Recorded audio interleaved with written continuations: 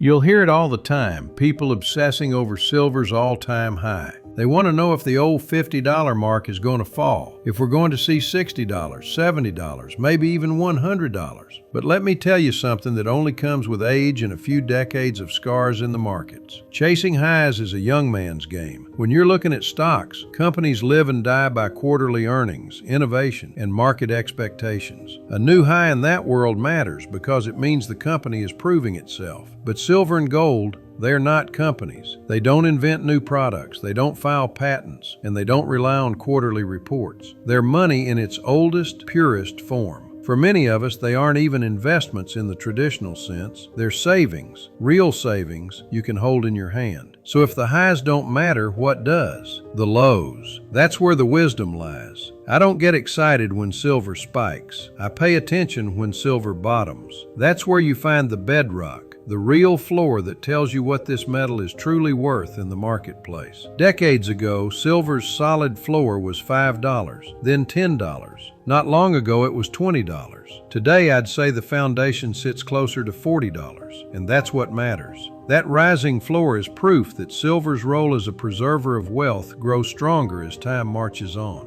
When I buy, I'm not asking, will it double next month? I'm asking, if it falls, how far could it realistically go? If I'm comfortable with that downside, then the purchase is sound. Because stacking silver isn't about gambling on quick gains. It's about moving wealth out of a broken paper system and into something timeless. Sure, I'd welcome a $60 or $70 silver price. Who wouldn't? But I don't hinge my financial peace of mind on it. I sleep well at night because I know that whether silver is at $39 or $29, I own something real, durable, and proven. That's not speculation. That's savings with substance. Modern markets feed on FOMO, hype, and quick thrills. Precious metals demand patience, discipline, and perspective. And over the long haul, that approach rewards those who understand that stability, those rising lows, is far more important than record-breaking highs. So here's the lesson I've learned after a lifetime of stacking. Don't lose sleep waiting for silver to break a record. Instead, pay attention to where the floor is being built.